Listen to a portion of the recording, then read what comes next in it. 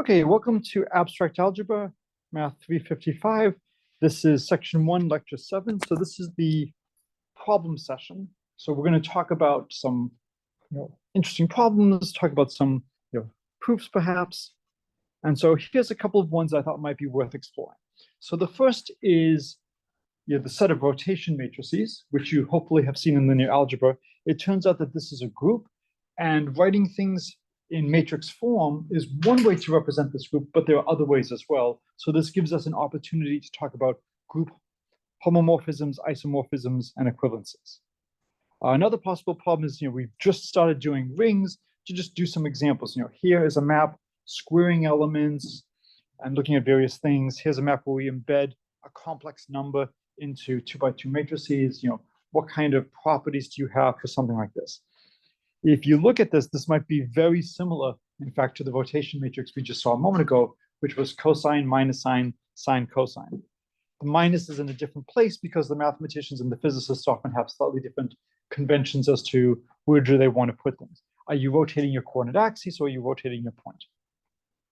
Another possible problem we can look at is, look at 2x2 matrices, prove it's a ring, not commutative, just look at properties of something like this, and then ask how much of this generalizes to n by n matrices and how difficult is that generalization. Other things we can look at is, a field, and this is going to be in more of the lecture for today in section 2, which you should have read the book. A field is a commutative ring with the property that every non-zero element has a multiplicative inverse. So here, for any a that's not zero, there is a b such that a times b equals 1. We're only talking about here an inverse on the right, but if you watch the video from the section 2 problem session on Tuesday, we actually saw that if you have a right inverse, you have a left inverse. So it is enough to just say something like that. So this is the definition of a field. So a field basically assumes that the ring is commutative under multiplication and that everything that is not zero has an inverse because the zero element should not have an inverse. Well, we did talk about the one situation when the zero element can have an inverse. Do you remember what that one situation is?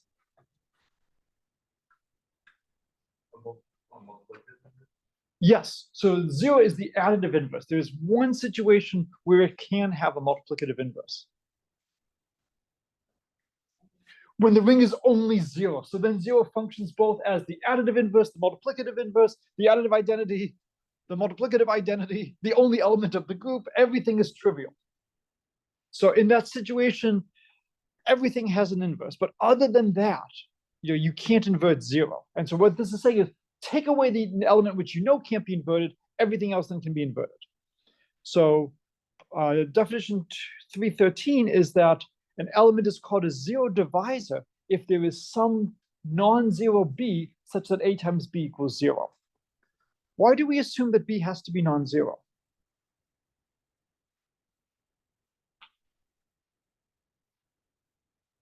So we say a is a zero divisor if there is a non-zero b such that ab equals 0. Yeah, anything a times 0 is always 0. So if I allow b to be 0, is every element then a zero divisor? Yeah. And the definition would be stupid. It would give you nothing. It would just be every element in all of your rings. So we restrict ourselves to the case when the b that we need for ab equals 0, where b itself is non-zero. And then a really nice problem, which we've looked at a little bit, is that if m is an integer, positive integer, z mod mz is an integral domain if and only if m is prime. And this is getting to some of the issues we saw when we did clock arithmetic with 12 hours. We saw that there were certain elements that were not invertible. That problem is to just do this in greater detail. Problem 320 is just prove that each of the following is not a ring. So just, again, doing some worked out examples. And then finally, as was remarked, we did do Fermat's little theorem in section 2 last time, but it's such an important result that it's not bad to see it multiple times and from multiple perspectives. So it's never bad to look at something like that again. So anyways, these are the problems I thought might be worth talking about. They illustrate good concepts. If there are things you would rather see, by all means, please speak up. So any preferences on things?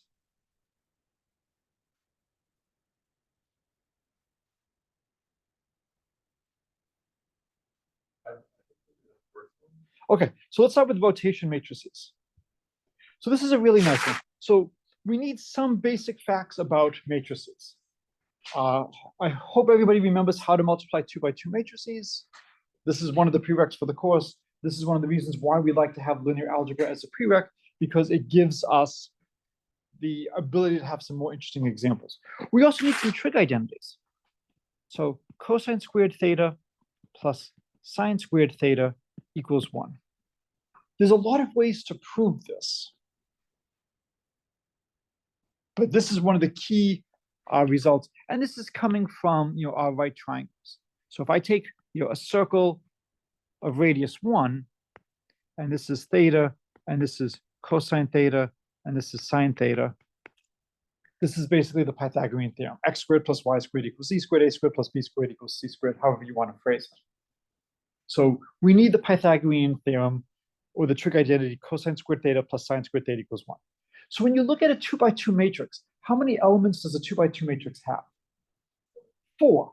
But if you look at this, this is really not a 4-dimensional family. Once I give you theta, it's uniquely determined.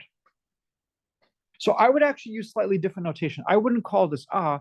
I would call it either R of theta or R sub theta, to remind me that this matrix depends on theta.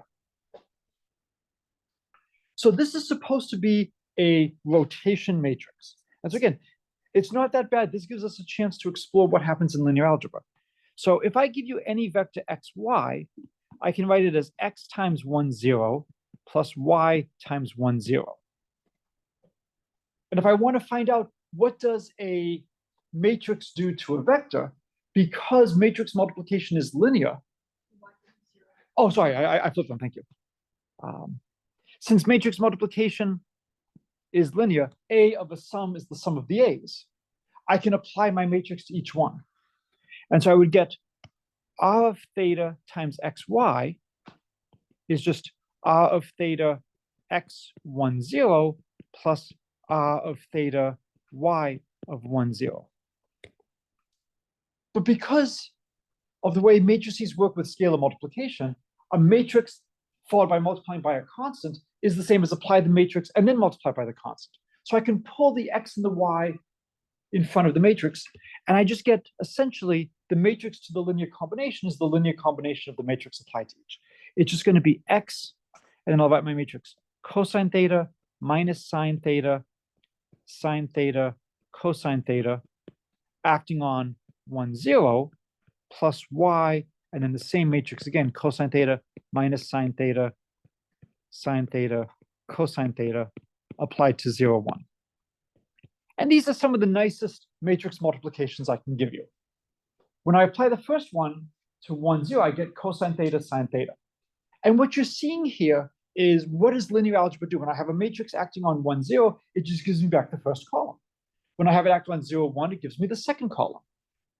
And essentially, when you look at the output, when you look at what could AV equal, what are the possible B's? It's the linear combinations of the columns. This is where the column space comes from. So this is a nice opportunity to quickly review linear algebra. So 1, 0 goes to cosine theta, sine theta. And now we have 0, 1 that's going to go to minus sine theta, cosine theta.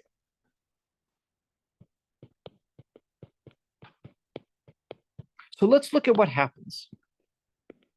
So we start off with here's 1, 0, and then it goes to cosine theta, sine theta. That's essentially the same as rotating this by theta radians. I now take the vector 1, 0, and where does that go to? It's again rotating it by theta radians. And we can see the negative sign, we're going to start off in the second quadrant. And so when I rotate that, that's going to come in over here. So really, one way you can view this is I'm rotating my coordinate axes by theta radians. What do you think, knowing this now, what should R of theta, R of phi equal?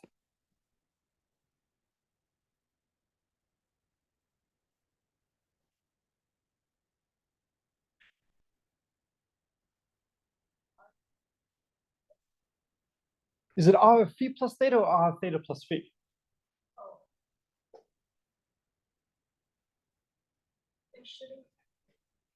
It shouldn't matter. Like, first I do r of phi, I rotate my coordinate axes by phi radians, then I apply r of theta and I rotate by theta radians. So this should just be r of theta plus phi, which is the same as r of phi plus theta, or r of phi, r of theta.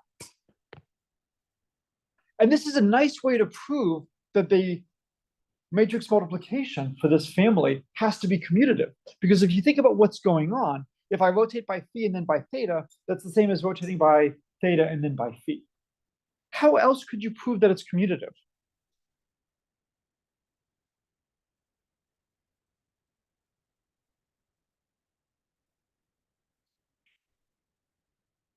So how else could you prove that this matrix multiplication is commutative?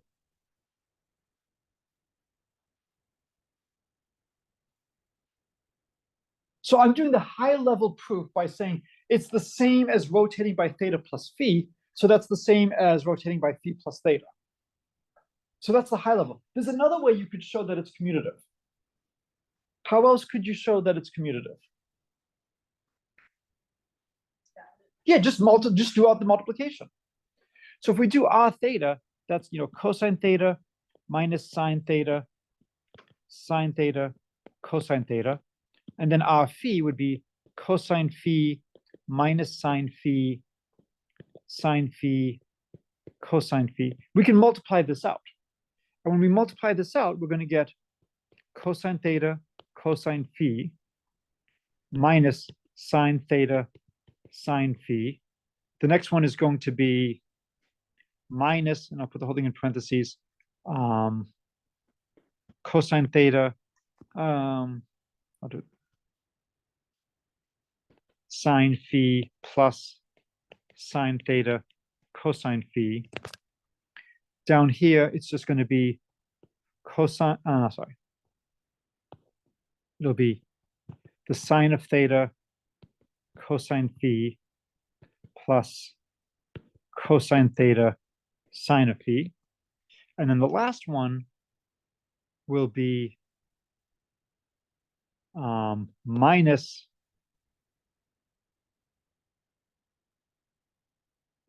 cosine theta, minus sine theta, sine phi, and then plus cosine theta, cosine phi.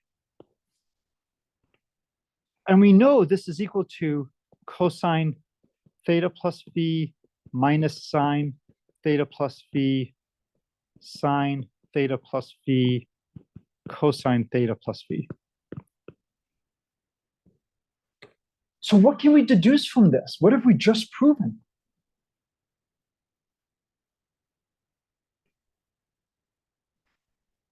What did we just prove?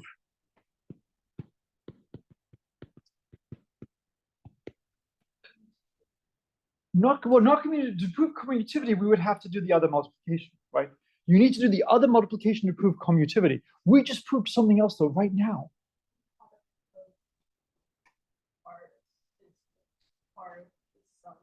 Well, we're assuming that.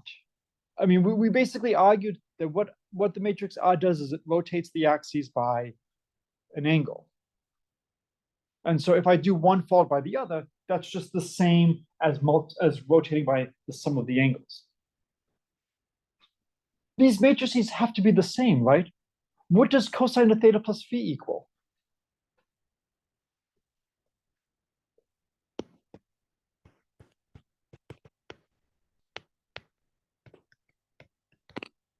We just showed the cosine of theta plus phi is cosine theta, cosine phi minus sine theta, sine phi. And we just showed the sine of theta plus phi equals blah. We just proved the angle addition formulas. right? If I asked you right now, and your grade depends on it, can you prove the angle addition formulas? Most students would consider switching a major at this point. There's triangles that you can draw, there's arguments you can do, but these are often forgotten. Here's a nice high-level proof of the angle addition formulas. We can represent rotating the axes as a matrix. And then if we look at the iteration of one after the other, we can interpret that as rotating by the sum of the angles. And now, because everything has to be the same, by matching coordinates, we now have the angle addition formulas. You have to do a little bit of algebra because the sine and cosine might not be written in the same way you've got the formula, but with a little bit of algebra, you can now deduce the formulas for the cosine of theta plus phi and the sine of theta plus phi. That's a nice consequence. So we now have a couple of equivalencies. So when I look at R of theta, what should I take theta to be between?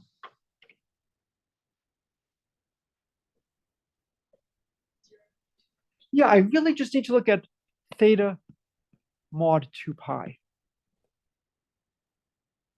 Because every time theta increases by 2 pi, because I just have sines and cosines, I return to where I started. So I could also look at things e to the 2 pi I theta, which is cosine theta plus I sine theta. And again, theta just mod 2 pi. Is that really these should be the same? There should be a one-to-one mapping between the two. And I could also look at versus the interval 0, 2 pi.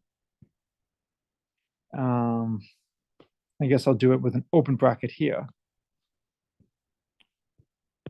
With clock arithmetic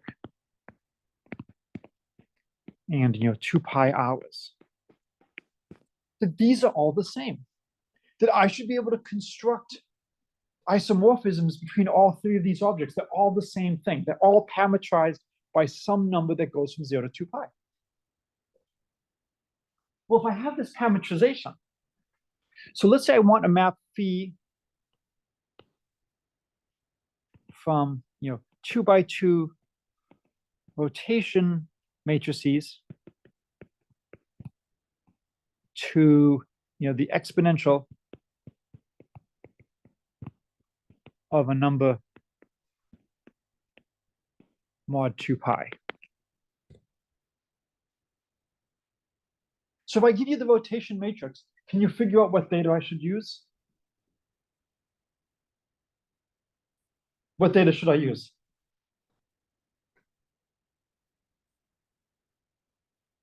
So if I give you phi of cosine theta minus sine theta, cosine theta,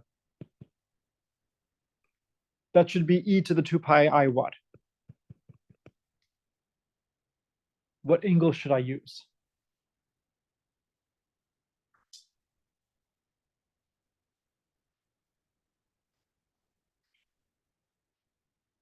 So I want to have some mapping between these two groups, right?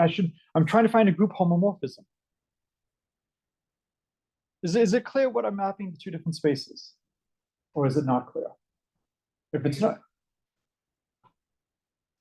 So my first group is the group of 2 by 2 matrices that are rotation matrices, and they're given by some parameter theta. That's my first group. The second group are complex numbers of the form e to the 2 pi I theta, where theta is considered only mod 2 pi. Oh, no, not mod 2 pi. Sorry, this shouldn't be, sorry, that might be the problem. This shouldn't be a 2 pi here. I should just be e to the I theta. Sorry. E to the I theta.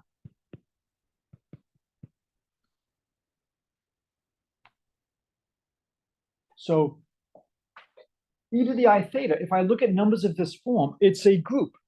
If I take two numbers of this form and multiply them, it's still going to be in that group. I just reduce the angle mod 2 pi.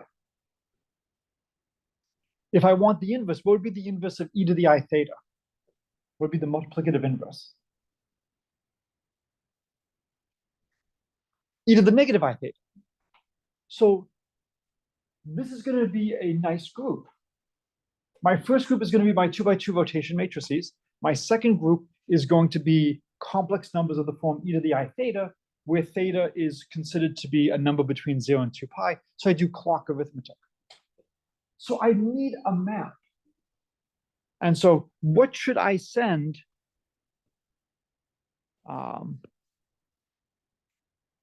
my matrix cosine theta minus sine theta cosine theta? I should send it to e to the I.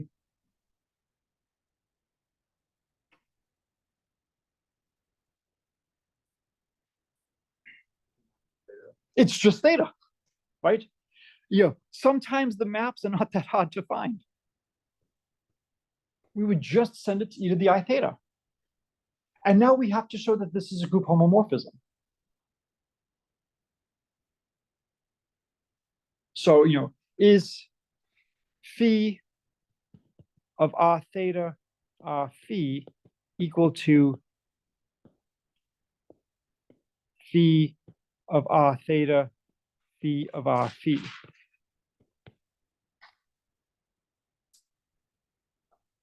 And that's essentially what we just proved up earlier, that if we multiply two matrices, yes, as r theta r phi is r theta plus phi, so phi of r theta r phi would just be phi of r theta plus phi, which would just be e to the I theta plus phi. So this would be a nice example of a group homomorphism. And what this is basically saying is that if we want to study these objects, I can study them as matrices, I can study them as exponentials of the form e to the I theta, theta mod 2 pi, or I could even look at them on the interval 0, 2 pi using clock arithmetic. These are all equivalent. And the reason we want to have stuff like this is sometimes, depending on what you're looking at, one formulation is easier to study than another, one arises more naturally. And we want to just be positioned so we can handle any one of them. This also allows you to ask some interesting questions. We could have rotations in more than just the plane. What if we had rotations in 3 dimensions or 4 dimensions? What would those be equivalent to? How would you generalize the e to the I theta? Is there a way to handle something like that? As you go higher up, you have more options than just a rotation. What else can we do? Okay, so this is a good problem. If there's time at the end of the day, I'll talk a little bit more about maybe some applications of rotating coordinate systems in linear algebra. But I wanted to just, give an example of, here is a group.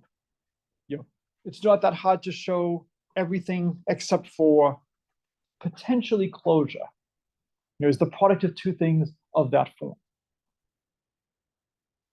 And so if we can just use high-level geometry and say, well, look, we know that this is equivalent to rotating by theta plus phi, then we know it has to be of this form.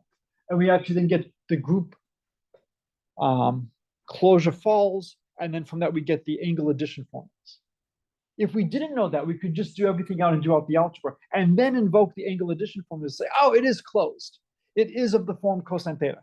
Because when you look at the initial thing, cosine theta, cosine phi minus sine theta, sine phi, that doesn't initially look like it's the cosine of a fixed number, that there's one number that describes all 4 entries. But we know there has to be if we just consider geometrically what's going on. So there's a lot of good stuff in this problem. This is why I'm excited about possibly flipping the class and doing half lectures, half problems, because in a normal class, we would not be able to spend 20 minutes just going through something like this. And this is a great way to really drive home the techniques, as well as to remind you, why did you take linear algebra? Why are we learning something like this? We want to understand geometries and transformations. Okay. Did anybody else have a problem that they want to do? We could do some problems on rings. We could do more on Fermat. We can do more examples, special types of rings. We can look at Z mod MZ. Any preferences?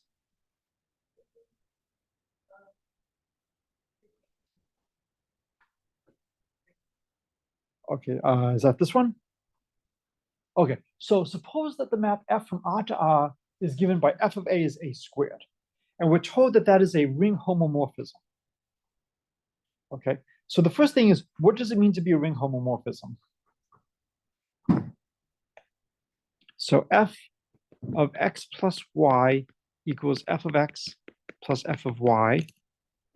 F of xy equals f of x, f of y, and f of 0 equals 0. Right? I believe those are the properties of the ring homomorphism. Yes. So phi of the phi of the multiplicative identity, I wrote it wrong, is the multiplicative identity. Phi of the sum is the sum of the phis. Phi of the product is the product of the phis.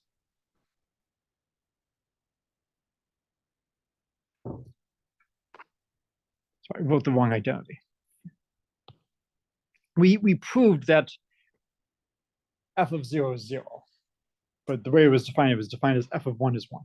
Why am I not specifying which ring that 1 is? You know, that I have f of 1 sub r is maybe 1r prime. Why don't I have subscripts on the 1s? I'm going from r to r. It's the same ring. So since it's the same ring everywhere, there's no need to write, a f, 1 sub r goes to just 1 sub r because it's the same ring. So since it's the same ring, let's just keep the notation a little simpler. So we want to show that 1r plus 1r equals 0r. Informally, just amongst ourselves, how would you interpret 1r?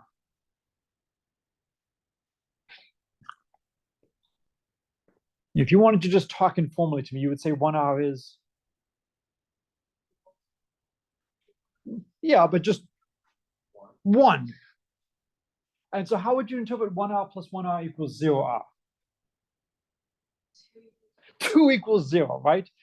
Translate math to English. So this is basically saying 2 equals 0. So when you double something, essentially you get 0. Does this remind you of anything? Yeah. How many hours? This is basically like you live in a clock world with 2 hours. Okay? So that's why it says in less fancy notation, prove that 2 equals 0 in the ring R. Right? That's the English rephrasing of what we're doing. Okay, so let's see if we can prove that. So we know F is a ring homomorphism. So what is F of 1R plus 1R?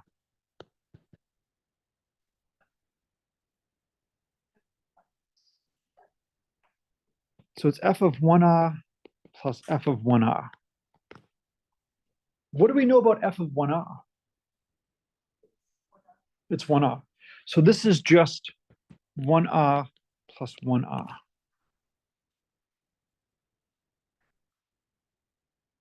And so we're trying to show that this is equal to 0. And so what do we know? We know f of x plus y is f of x plus f of y. F of x, y is f of x times f of y.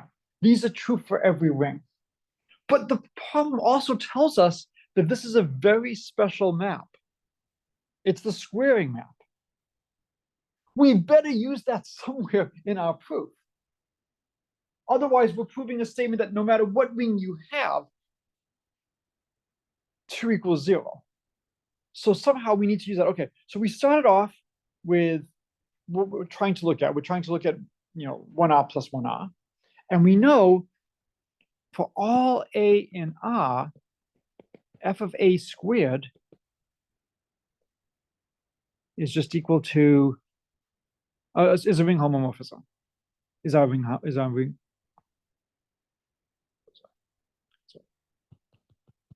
f of a equals a squared is a ring homomorphism.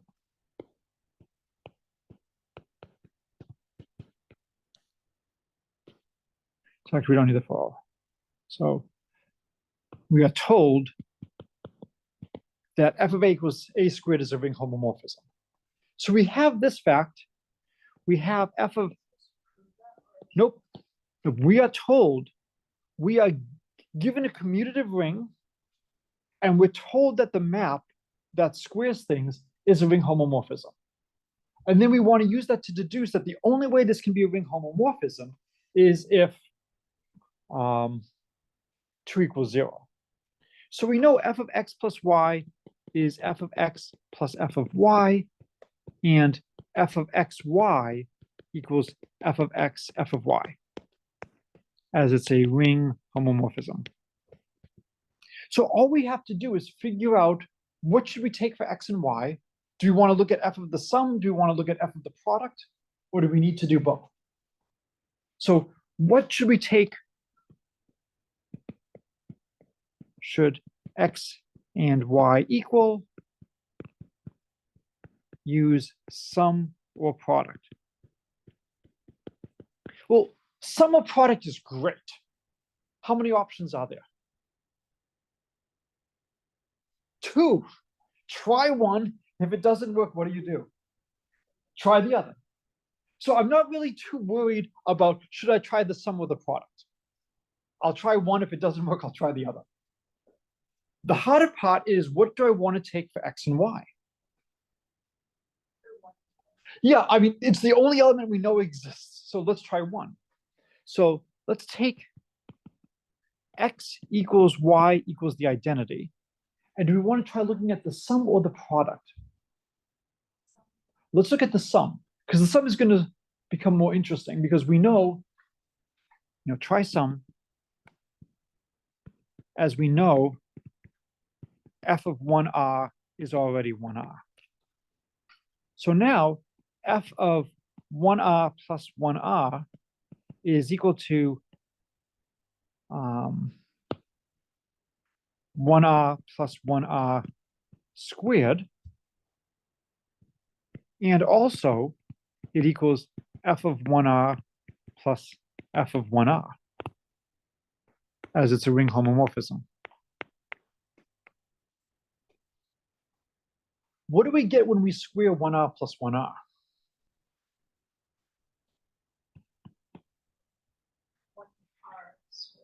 We get 1r squared plus 1r plus 1r plus, and let me do it really carefully.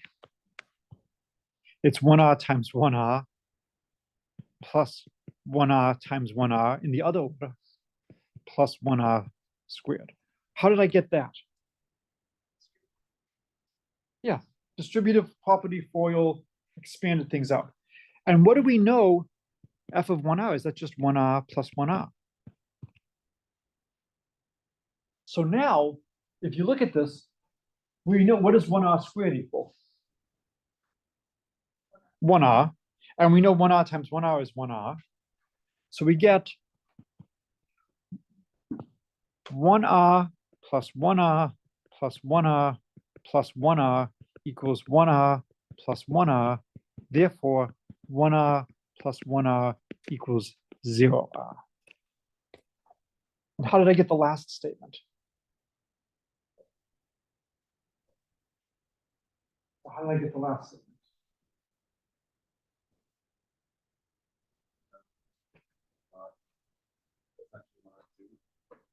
We don't know anything about mod 2 yet. All we know is the sum of 4 of the identities equals the sum of 2 identities. How can I cancel? What do I have to do to both sides? I'm sorry?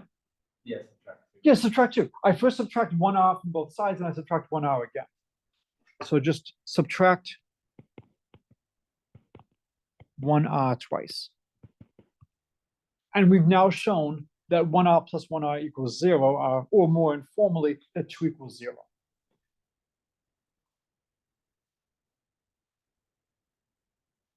So if I ever have, so note, if I have 2a, that's basically just 1r plus 1r times a. So that's now going to just be 0. So this is saying that this is a strange ring.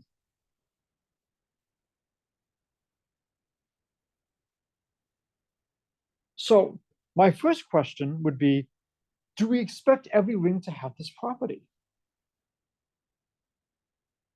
Give me an example of a ring. So you should always have some good go-to examples of rings. Z is a great example of a ring. It's a abelian group under addition. Under multiplication, we are closed. We have an identity.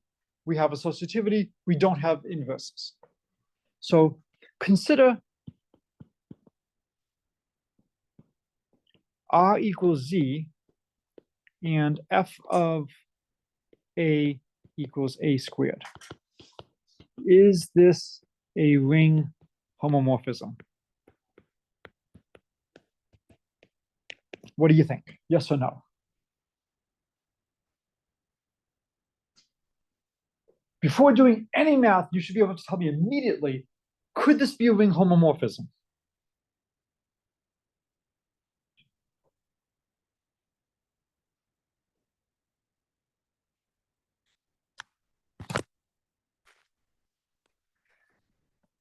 So how would you determine if it's a ring homomorphism?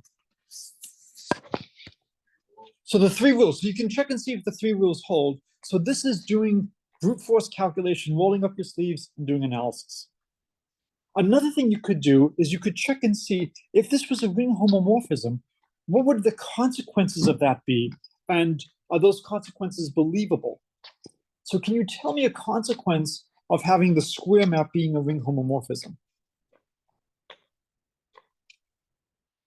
What would be a consequence of the square map being a ring homomorphism?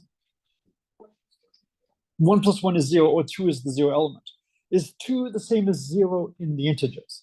No. So is this a ring homomorphism? No. Right? So the answer to this question is no, because we just showed a moment ago that if the squaring map is a ring homomorphism, then 2 has to be the same as 0. Okay, so now let's check. So we know is not as 2 does not equal 0. But let's check. What is, does f of 1 equal 1?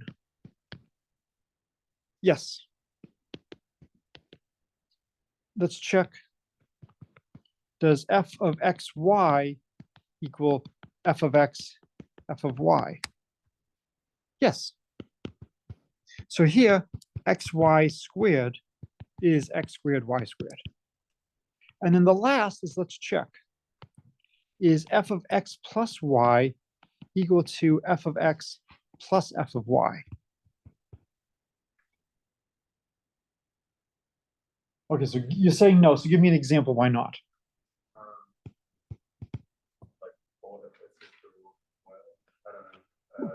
So give me an example. Almost anything you say will work as long as you don't choose something too generic.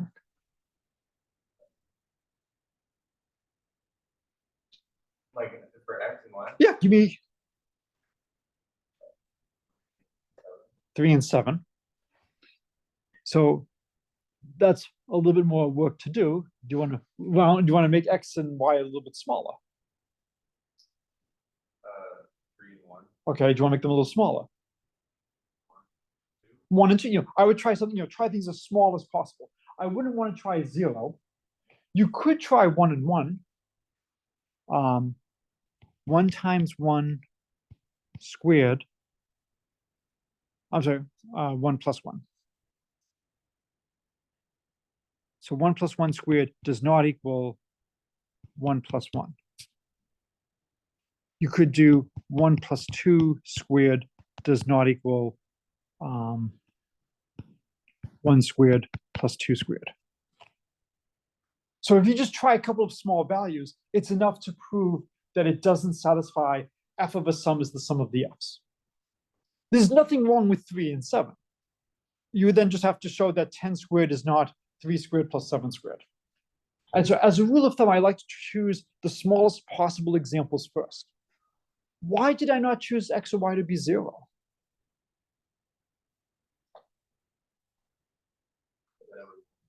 Yeah, well, would it?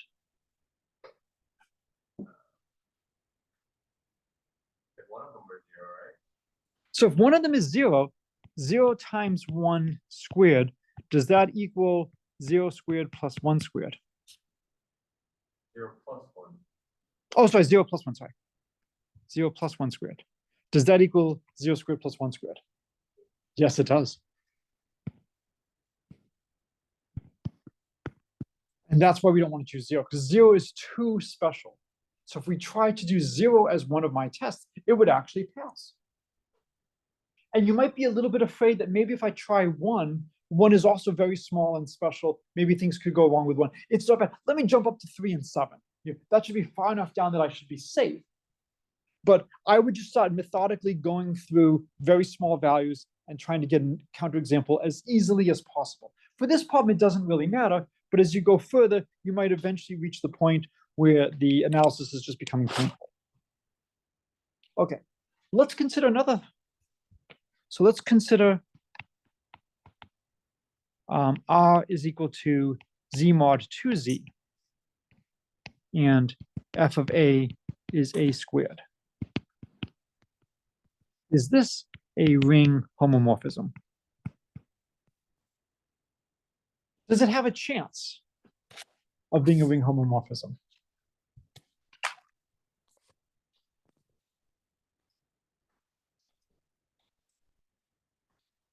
What would be a consequence of this being a ring homomorphism? So it has a chance. So a consequence of this being a ring homomorphism is that 2 has to be 0. Does 2 equal 0 in this ring? Yes. So there actually is a chance that this could be a ring homomorphism. We have to be extremely careful about what we're doing. What we have here is that if it's a ring homomorphism, then 2 equals 0. Now, we didn't do part B of this problem. Part B of the problem is, conversely, if 2 equals 0 in the ring, prove that f of A equals A squared is a homomorphism from R to R. I would add the word ring homomorphism, but so we haven't proven that it goes both ways. That's part B. And then part C is exactly what I would want to see in a good problem. We've done this for 2. What do you think is next? Are you surprised by the claim that if f of A equals A cubed is a ring homomorphism, then 6 equals 0? Is that what you would have expected? What would you have expected? Maybe 3. How is 3 related to 6?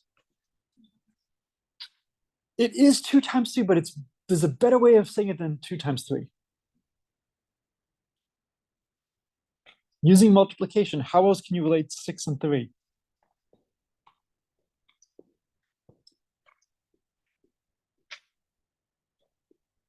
So you can write 6 as, you said 2 times 3?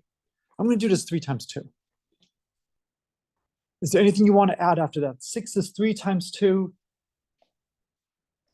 times 1. So maybe the 6 here could be interpreted as 3 factorial. Or it could just be that it's a small enough data set that I can find a relationship.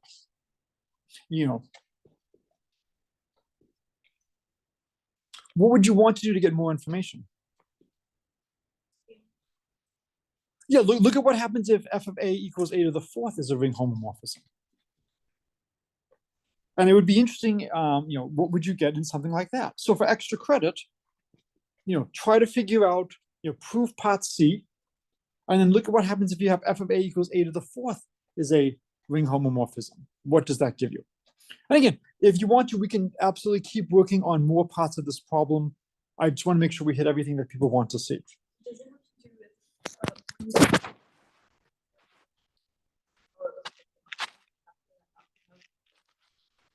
So I mean, it's almost really going to come into the binomial coefficients and expanding things out. But what's interesting is, 3 is a nice prime number. And when you expand something cubed, the coefficients you get are 1, 3, 3, 1. And so this is not saying that 3 has to be 0 in the ring. It's just saying that 6 has to be 0. If 3 is 0 in the ring, is 6 0 in the ring? So if 3 is 0 in the ring, is 6 0 in the ring? Right? Because 6 is just 3 plus 3, or just 2 times 3. So if 3 is the same as 0, then 6 is also going to be the same as 0. Right? So which is the strongest statement, to say 6 equals 0 or 3 equals 0? Yeah, 3 equals 0 is the strongest statement. If 3 equals 0, then 6 has to be 0. But if 6 is 0, 3 may or may not be 0. So you always want to get a sense of how strong is something, which is the real key fact. And here, 6 equals 0 is actually a weaker statement than 3 equals 0. If you prove that 3 equals 0 in the ring, that's more than is being claimed here.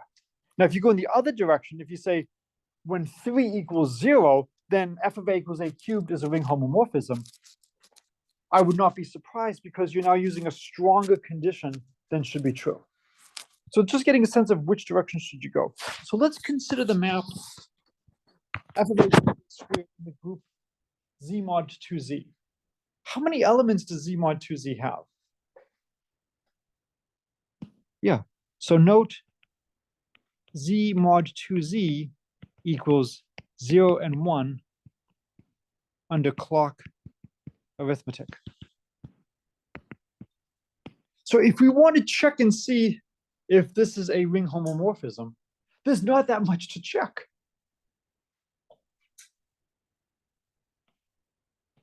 Does f of 1 equal 1? Yes. Now, what about f of xy equal f of x, f of y? As f of 0 equals 0 and f of 1 equals 1, yes. How many cases do we have to check?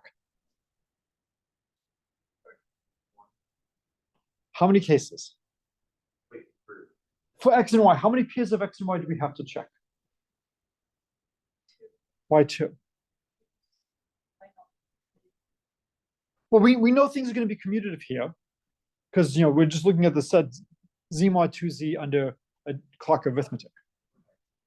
So one case is when x equals y. So how many different ways can x equal y? There's 3 ways. We have to check xy equals 0, 0, 0, 1, and 1, 1. I don't have to check 1, 0 because by symmetry, it's going to be the same. And you just go through and you just check in all of these cases. Well, since f of 0 is 0, it's clearly true if either x or y is 0. And if they're both 1, that's fine. So now we have to check f of x plus y, which is x plus y squared, which is going to become x squared plus 2xy plus y squared versus x squared plus y squared, which is f of x plus f of y. Are these equal? So no matter what I put in for x and y, will these two expressions be equal? Yes, why? Nope. You don't even have to argue about that. Both of them have an x squared plus y squared. Right, always equal. They differ by 2xy, and that's always even. So what you were saying is not wrong. It's absolutely fine to roll up your sleeves and say, there's 4 cases to look at. If both of them are 0, it's trivial. If one of them is 0, it's trivial. The only case that's hard is the case when they're both 1. Let me plug that in, and I'll get 4 versus 2, and 4 does equal 2. The other way of looking at it is to say they both have an x squared plus y squared, so they differ by the 2xy, and the 2xy is always even. So all of these are perfectly fine ways. There's more than one way to get to the right answer for these problems. That's nice. It's nice that you are not stuck and only have one possible way to get to the answer.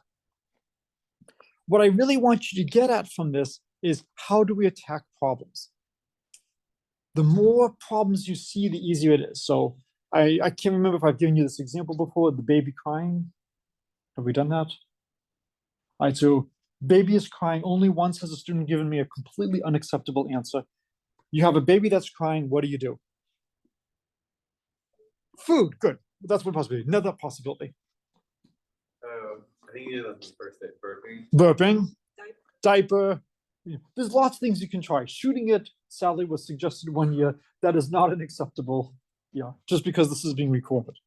So you try all these different things, and eventually, after a while, you start to recognize that there's different types of crying. This is the I'm hungry cry. This is I need a new diaper cry. This is I don't want to watch the Red Sox lose again cry. There's lots of different cries, and you learn to hear which one. It's the same if you had to learn how to integrate. Which technique do I use? Or if you've taken differential equations, which technique do I use? If you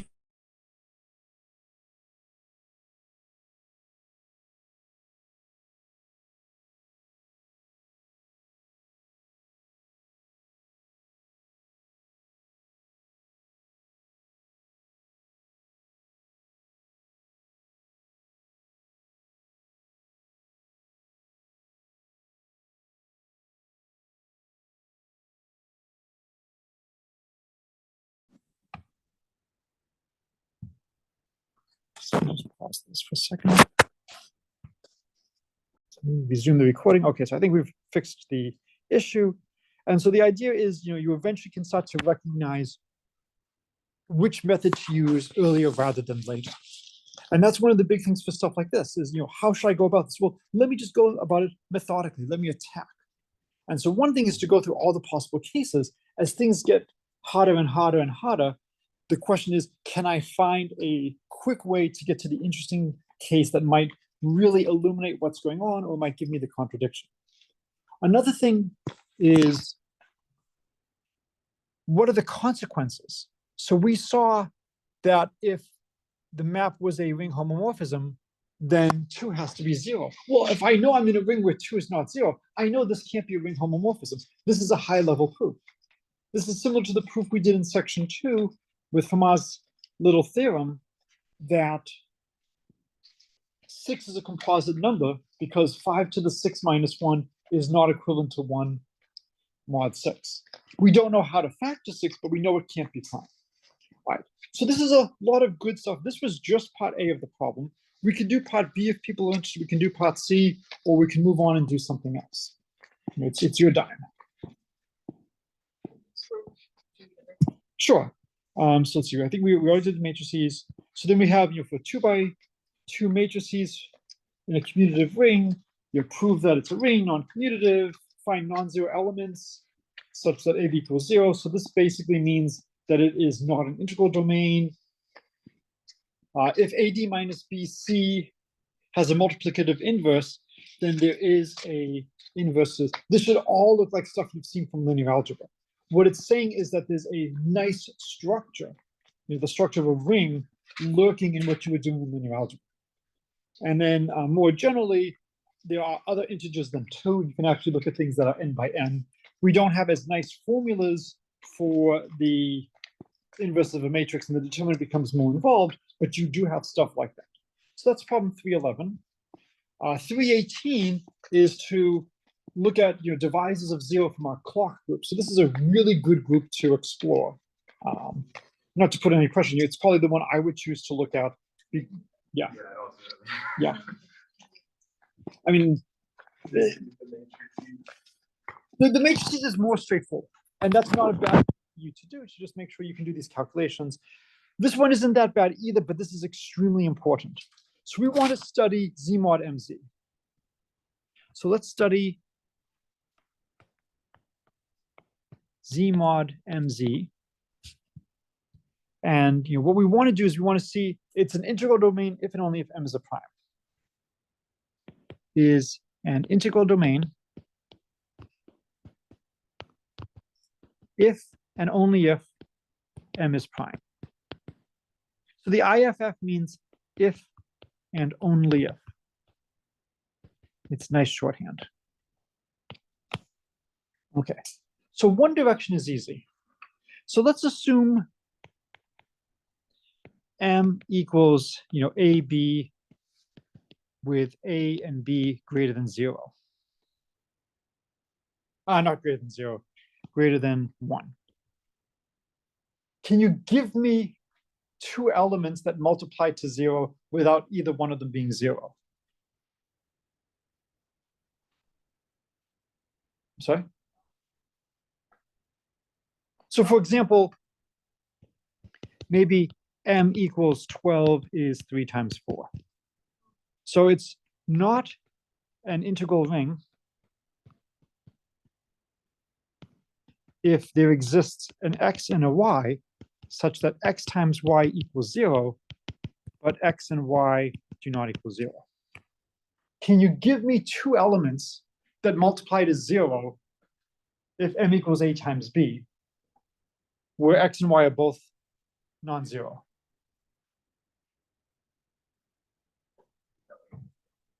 I'm right on. You have to tell me. Treat me like an idiot.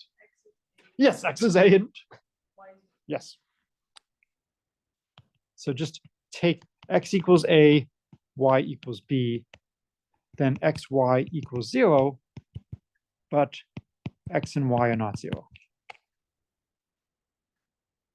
So it's really straightforward in the case when you have a composite number of hours on the clock. We know exactly what we should try. Let's just try x equals a, y equals b. If you wanted to be different, what could you do for your x and y? X could be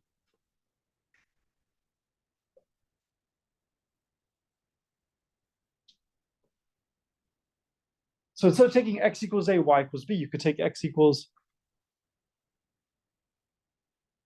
b and y equals a, right? Those are the two choices you really have. Now, if I give you something like 3 times 4, you can say, oh, wait, I can factor b as a product of two numbers that are each greater than 1, so I could actually do 6 and 2. That'd be another possibility. So we're not saying that this is the only possibility that works, but if I tell you m is composite, then I know I can write m as a times b. It might be the case that a and b are both prime. The more factors a and b have, the more chances for counterexamples I have. But I know I'm going to get a counterexample like this. Okay, so we know if m is composite, it's not an integral domain. What if m is prime? So now, assume m is prime. Can xy equal 0 mod m and x and y not 0 mod m?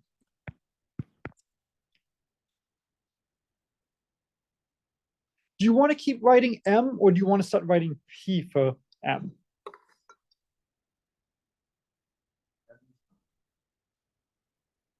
So I really am being serious. I know it's sometimes hard to tell. The advantage of switching to p is that when you see p, what do you think? Prime. And so it's sometimes not bad to say, assume m is prime. So let m equal p a prime. Show cannot find xy not equal to 0 mod p with xy equals 0 mod p. And this just reminds me when I'm looking down that I am in the case where I have a prime number. Again, it's not wrong to keep m as m. So what would this mean? If xy equals 0 mod m, mod p, what does that mean? So what would it mean if xy multiplies to 0 mod p?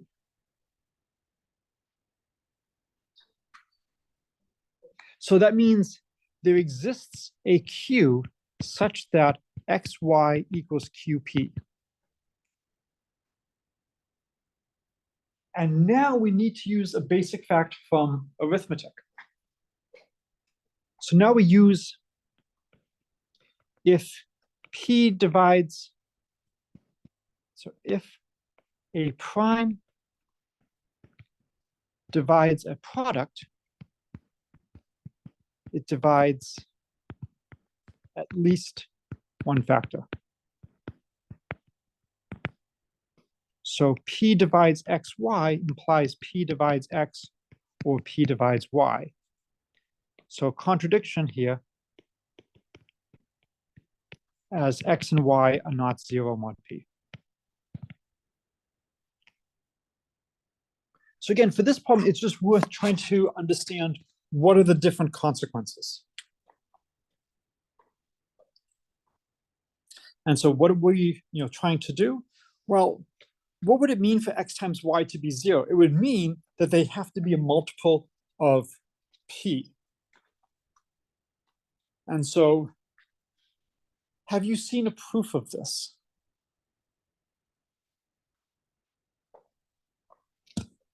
That if a prime divides a product, it divides either the first or the second factor. Is this true for composites? So if a composite number divides a product, so false for composites. 6 divides 4 times 9, but 6 does not divide 4, and 6 does not divide 9. So again, whenever I see a statement, I want to push and see how far can I take it. So we know if the claim is if a prime divides a product, then the prime divides at least one of the factors. Does this hold more generally? If a number divides a product, does it divide one of the two factors? No. So we have, as an example, 6 divides 36, but 6 does not divide 4,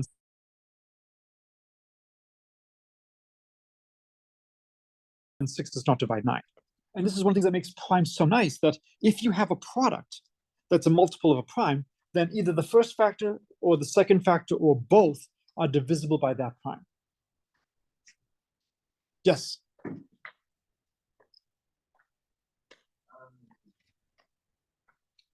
Sorry, you said if a prime divides a product, divides at least one factor. Right. But can't you choose a prime factor? What do you mean? So if I take two numbers X and Y and they're a multiple of a fixed prime, if X is not a multiple of that prime and Y is not a multiple of that prime, then their product is not a multiple of that prime. So if 3 divides a product and 3 doesn't divide X and 3 doesn't divide Y, then there's no way 3 can divide X times Y. So you could do this painfully. Let's say 3 divides XY, and 3 does not divide X, and 3 does not divide Y. This is where it's nice to have a number theorist as a professor. So I can write X as either 3X plus 1 or 3X plus 2. I can write Y as either 3, oh, so I shouldn't use the X again. Let's do 3n plus 1, 3n plus 2, 3m plus 1, or 3m plus 2. So I can write X as 3n plus a, where a is in 1, 2. I can write Y as 3n plus b, where b is in 1, 2.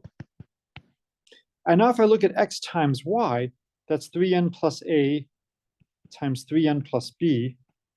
That's going to be, sorry, the second one is an m. So it's going to be 9nm plus 3nb plus 3ma plus ab. So I can write that as 3 times 3nm plus nb plus ma plus ab. So this is a multiple of 3. And what are the possibilities for a times b?